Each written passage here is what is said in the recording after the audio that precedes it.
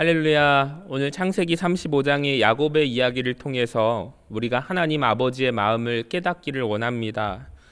야곱이 영적으로 심히 어두웠던 부분이 창세기에 나오는 34장의 내용입니다.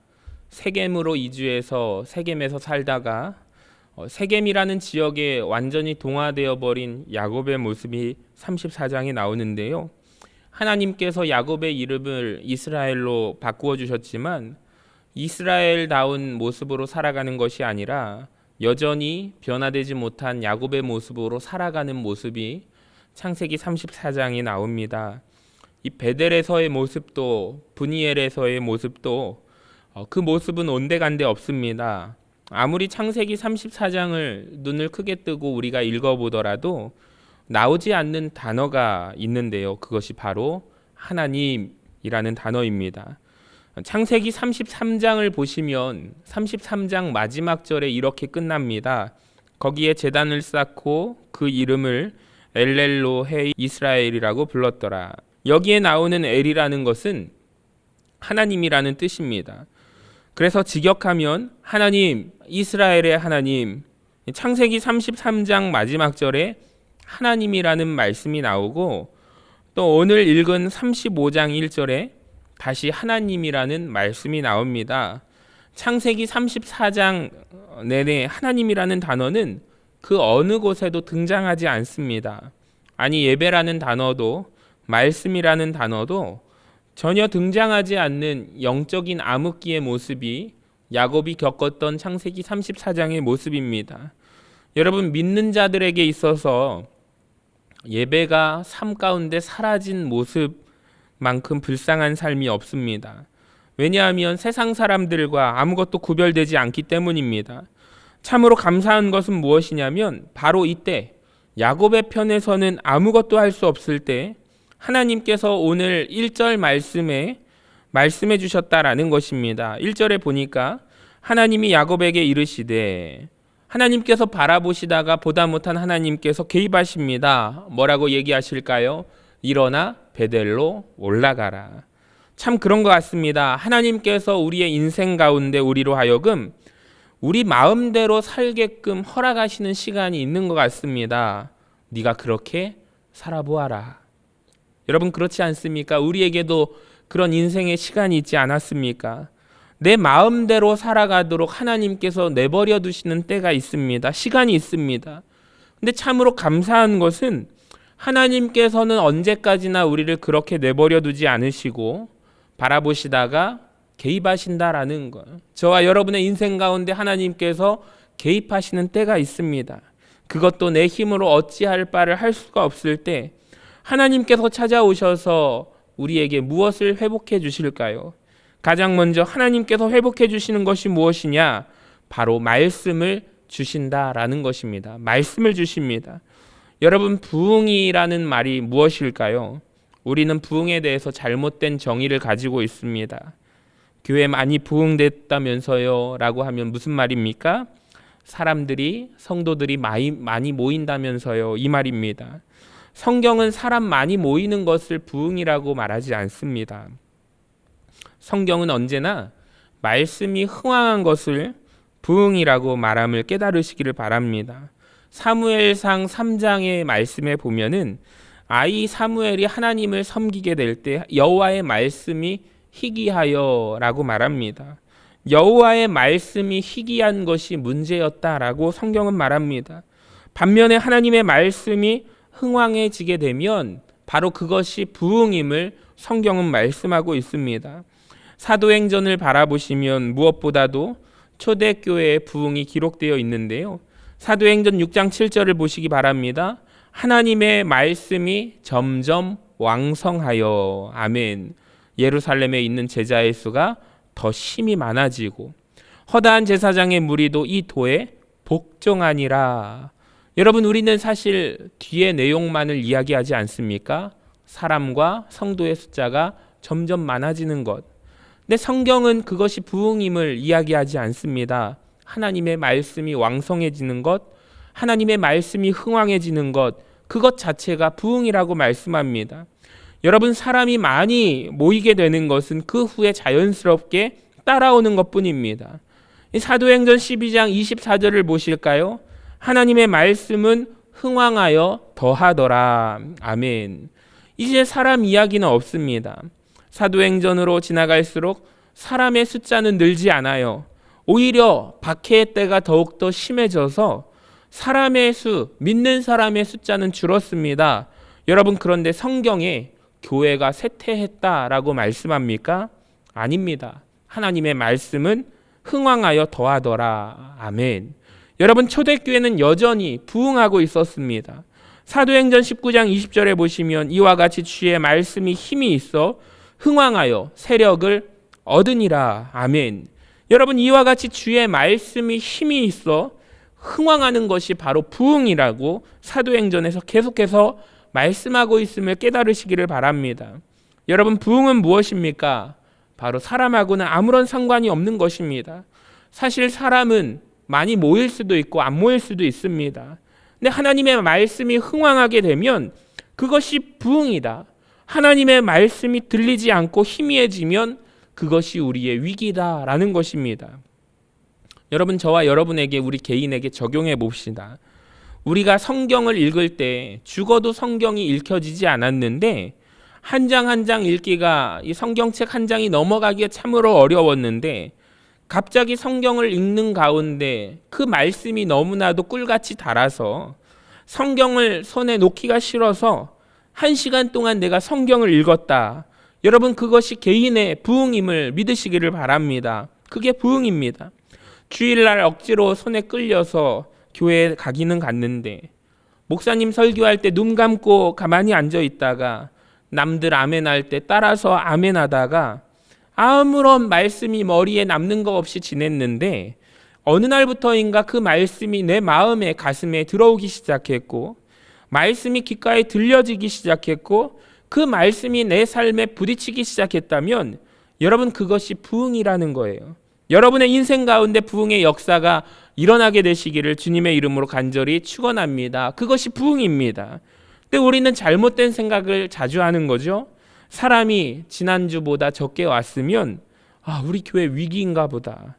사람이 지난주보다 많이 왔으면 우리 교회가 부흥하고 있다. 여러분, 절대 그렇지 않습니다. 우리 교회가 존재하는 한 편의상 우리가 어쩔 수 없이 기억자들이 숫자를 셀 수밖에 없다 할지라도 여러분, 그것이 아니라 우리 가운데 하나님의 말씀이 흥왕한지 아니면 하나님의 말씀이 희미해져 가는지 날마다 우리가 스스로를 점검하는 교회 되기를 간절히 소망합니다. 또 하나, 부흥은 무엇입니까? 본문 말씀으로 돌아가서 하나님께서 무엇이라고 말씀하셨냐면 베델로 올라가라 말씀하십니다. 여러분, 그것이 부흥입니다. 왜 베델로 올라가는 것이 부흥일까요? 베델은 야곱이 하나님을 처음으로 경험한 곳, 하나님을 처음으로 만난 곳, 우리식으로 표현한다면 하나님과의 첫사랑의 장소가 베델이기 때문입니다. 부흥이 무엇입니까? 하나님과의 첫사랑에 그 회복하는 것이 바로 부흥이다라는 거예요. 여러분, 저와 여러분에게는 우리의 베델이 있습니다. 사람마다 장소는 다 다릅니다. 상황도 다르죠. 여러분, 그렇지 않습니까? 의미 있는 장소가 아브라함도 달랐고 이삭도 달랐고 야곱도 달랐습니다. 그런데 중요한 것은 누구에게나 하나님을 진하게 만났던, 하나님을 향하여 눈물을 흘렸던, 내가 헌심을 다짐하고 회개의 눈물을 흘렸던 장소가 있었습니다. 여러분, 혹시 그때가 기억나십니까? 이야, 내가 진짜 만났던 하나님, 내가 하나님을 만났구나. 내가 눈물이 터져 나오고 내가 이제는 하나님의 뜻대로 살아가리라. 내가 기도에 열심을 쏟아야지. 내가 주님의 일이라면 충성을 다해야지. 여러분, 그것이 바로 그 장소가 여러분의 베델입니다. 하나님이 그 시간과 장소를 기억하고 계심을 깨달으시기를 바랍니다. 그 첫사랑을 야곱은 잊어버렸는데 하나님은 기억하십니다. 그리고 하나님은 계속해서 말씀하십니다. 그 베델로 좀 올라가거라. 여러분, 우리 하나님은 순정파인 거 아십니까? 우리의 첫사랑을 기억하고 계십니다. 요한계시록 2장 4절과 5절에 보니까 에베소 교회를 향하여 하나님께서 뭐라고 말씀하는지 아십니까? 그러나 너를 책망할 것이 있나니 너의 처음 사랑을 버렸노라. 그러므로 어디서 떨어졌는지를 생각하고 회개하여 처음 행위를 가지라. 만일 그리하지 아니하고 회개하지 아니하면 내가 내게 가서 내 촛대를 그 자리에서 옮기리라. 여러분, 하나님께서 에베소 교회에 뭐가 서운하다고 말씀하실까요? 너 첫사랑 잃어버렸구나. 그렇게 말씀하십니다. 우리 하나님은 순정파이십니다. 그 첫사랑 에베소 교회가 뜨겁게 주님을 만날 때 그 헌신을 잃어버렸다는 게 주님께서 너무너무 가슴이 아프셔가지고 너 첫사랑 회복하라, 그런 겁니다. 그러면서 5절에서 뭐라고 말씀하실까요? 어디에서 떨어졌는가를 생각해 보래요. 여러분, 우리도 이 시간 생각하는 시간 되기를 원합니다. 나의 삶을 좀 돌아보기를 원합니다. 내가 도대체 왜 이렇게 바쁘게 살아갈까요? 내가 왜 이렇게 정신없이 살아갈까요? 내가 왜 이렇게 하나님을 잃어버리고 살아갑니까? 하나님이 생각하라 말씀하십니다.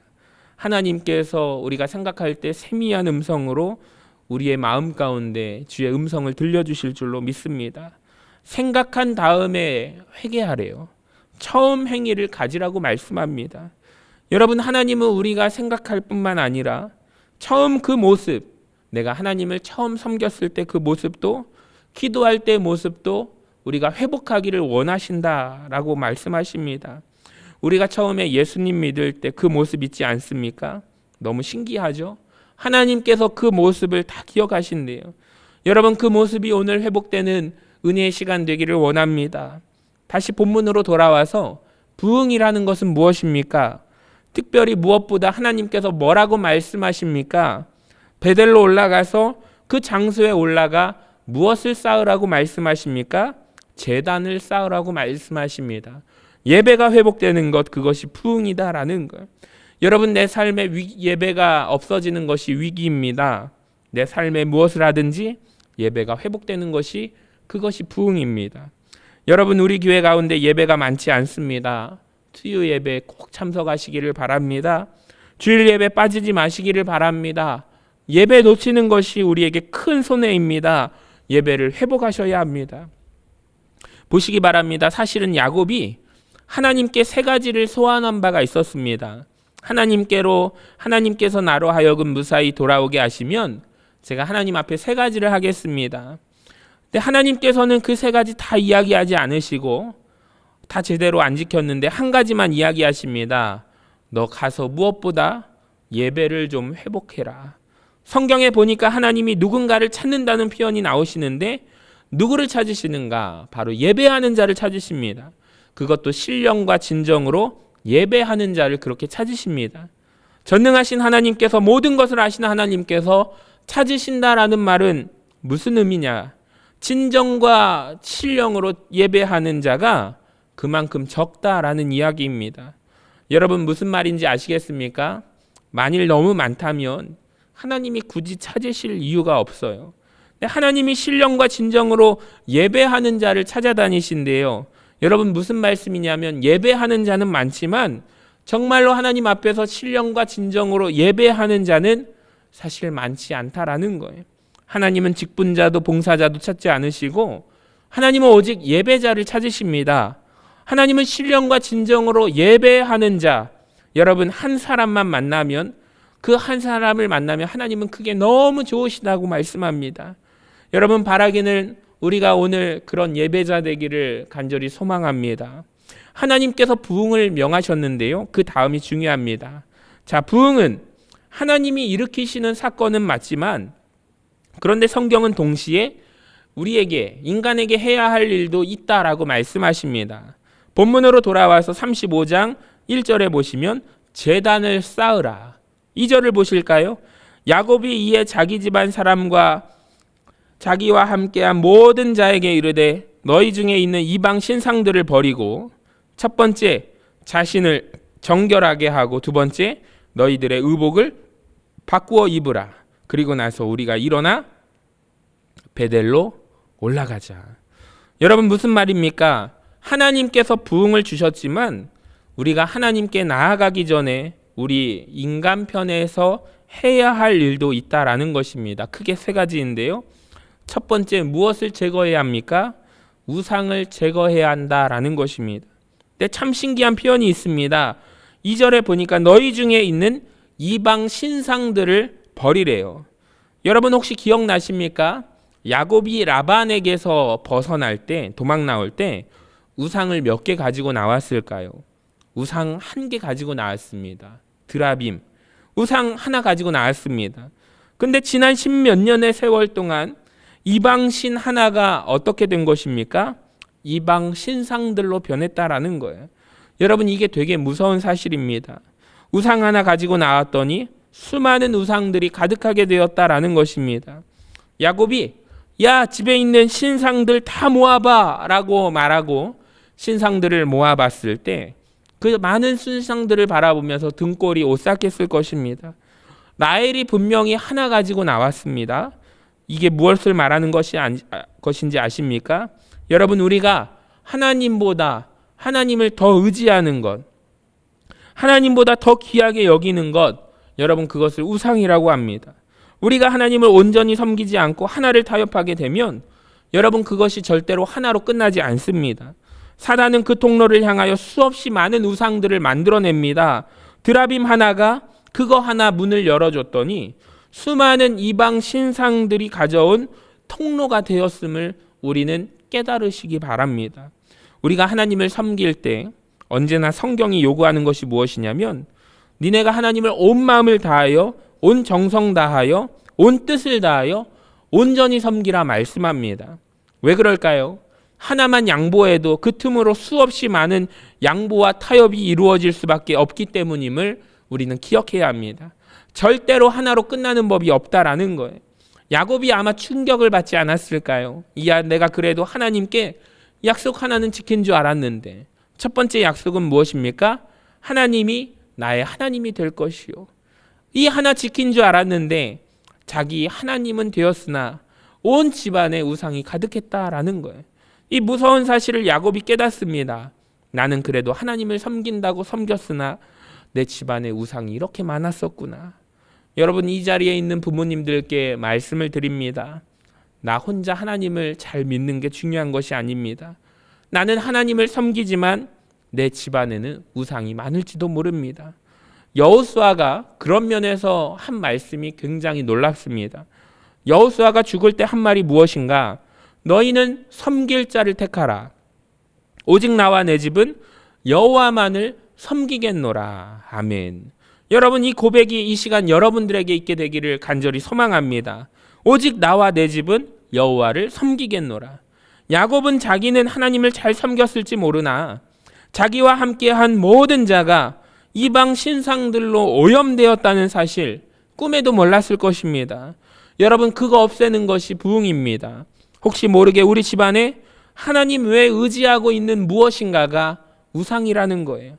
두 번째 자신을 정결케 하라. 하나님이 우리에게 언제나 요구하시는 것은 우리가 죄에서 정결케 되는 것임을 깨달으시기를 바랍니다. 세 번째, 회개에서 끝나면 안 됩니다. 자신을 정결하게 하고 끝나지 않고 너희들의 의복을 바꾸어 입으라. 성경에서 의복은 자기의 신분을 상징합니다. 생활 습관을 상징합니다. 우리가 이 시간 하나님 앞에 나아갈 때 예배를 회복하기 위해서 우리 가운데 있는 먼저 우상이 사라지기를 원하고 우리 몸이 정결해지기를 원하고 우리의 의복이 생활이 변하게 되는 은혜가 있기를 간절히 소망합니다. 여러분 이 세 가지의 말씀에 순종하여 나아갈 때 야곱에게 놀라운 일이 생겼습니다.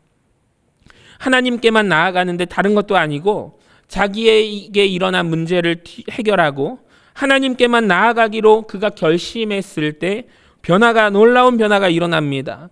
하나님이 두려운 야곱을 위로하시고 문제를 해결해 주십니다. 우리 35장 9절을 읽어볼까요? 야곱이 밧단 아람에서 돌아오매 하나님이 다시 야곱에게 나타나서 그에게 복을 주시고, 이 9절 말씀을 제가 강조하겠습니다. 야곱이 밧단 아람에서 돌아오매. 여러분 이 밧단 아람이라는 지역이 어디인지 아십니까? 라반이 살던 지역, 바로 하란이 밧단 아람입니다. 야곱이 거하던 밧단 아람에서 돌아온 것은 이미 10수년 전에 그가 밧단 아람에서 돌아왔습니다. 밧단 아람을 떠나서 오다가 하나님께서 명하신 베델까지 오지 못하고 세겜에서 머물러 10수년간을 그 지역에서 동화되며 살아갑니다. 근데 성경이 얼마를 머물었는가를 계산하지 않아요. 그리고 오늘 목적지였던 베델로 왔더니 성경이 뭐라고 말씀하냐면 오늘 드디어 야곱이 밧단 아람에서 그가 돌아왔다라고 말씀합니다. 여러분 놀랍지 않습니까? 그동안 세겜에서 살아가던 건 아직 밧단 아람에서 돌아온 것이 아니다라고 말씀합니다. 그러니까 우리가 여기서 보는 것은 하나님께서 세는 시간이 있습니다. 하나님이 카운트하시는 시간이 있습니다. 지난 십수년간 세겜에서 지냈던 시간은 하나님이 아예 계산하지 않으신다라는 거예요. 인정하고 싶지 않으신 시간입니다. 의미가 없는 시간이라는 거예요. 그래서 실제로 야곱이 세겜에서 몇 년을 살았는지 우리는 알 수가 없습니다. 근데 하나님은 정확하십니다. 여러분 창세기 5장과 6장을 보시면 족보가 나오는데요. 가인의 후손들은 이 땅에서 살면서 인류의 문명에 지대한 발전에 기여했지만 하나님은 이 가인의 후손의 연수에 관심이 없으십니다. 기억하지 않으십니다. 무슨 말일까요? 의미가 없다라는 거예요. 반면에 셋의 후손들은 이 땅에서 한 일은 무엇인가? 아기 낳은 것밖에 없습니다. 근데 하나님이 그들의 인생을 의미 있게 보셔서 몇 살에 아기 낳고 몇 년을 살다가 이 땅에 죽었다고 그 연수를 계산하고 계십니다. 인정하고 계심을 깨달으시기를 바랍니다. 하나님이 계산하시고 인정하시는 시간이 있어요. 계산하지 않으시고 인정하지 않으시는 시간이 있는데 지난 창세기 34장에 나오는 야곱이 세겜에서 머물렀던 시간은 하나님이 계산하지도 인정하지도 않는 시간입니다. 다시 말하면 야곱의 인생 가운데 십수년간 그는 잃어버린 삶을 살았다라는 것입니다. 사랑하는 여러분, 우리의 짧은 연수를 살아가는데 그 짧은 인생 가운데서도 하나님이 인정하시는 시간이 있고 그렇지 않다는 것을 우리가 알아야 합니다. 우리의 짧은 연수, 잠깐 있다가 사라져가는 인생 가운데 하나님 그래도 제 이름 아시죠? 하나님 제 인생 아시죠? 우리가 이런 인생 되기를 원합니다. 성경에 이런 표현이 나옵니다. 내가 너희를 도무지 모르나니. 여러분 이게 농담 같지 않습니까? 근데 사실 진담일지도 모릅니다. 내가 너희를 도무지 모르니 주님이 이렇게 말씀할 사람도 있다라는 거예요. 여러분 우리의 인생이 하나님이 기억하는 인생 되기를 원합니다. 그 회복의 중심에 예배의 회복이 있었습니다. 하나님이 그걸 너무 기뻐하신다라는 거예요. 시편 107편 9절은 말씀합니다. 하나님은 사모하는 영혼을 만족해 하시며 줄인 영혼에게 좋은 것으로 채우시는도다. 야곱 같은 우리입니다. 그렇지 않습니까? 하나님보다 하나님의 축복을 더 원하는 우리가 이 시간 하나님을 원하는 자 되기를 간절히 소망합니다. 우리가 마음을 기억하며 하나님 앞에서 하나님을 진정으로 사모하는 자 되게 하여 주시옵소서. 한 주간 이 말씀을 기억하며 우리가 하나님 앞에서 하나님이 기억하시는 인생 되기를 우리가 간절히 소망합니다. 부응하는 인생 되기를 소망합니다.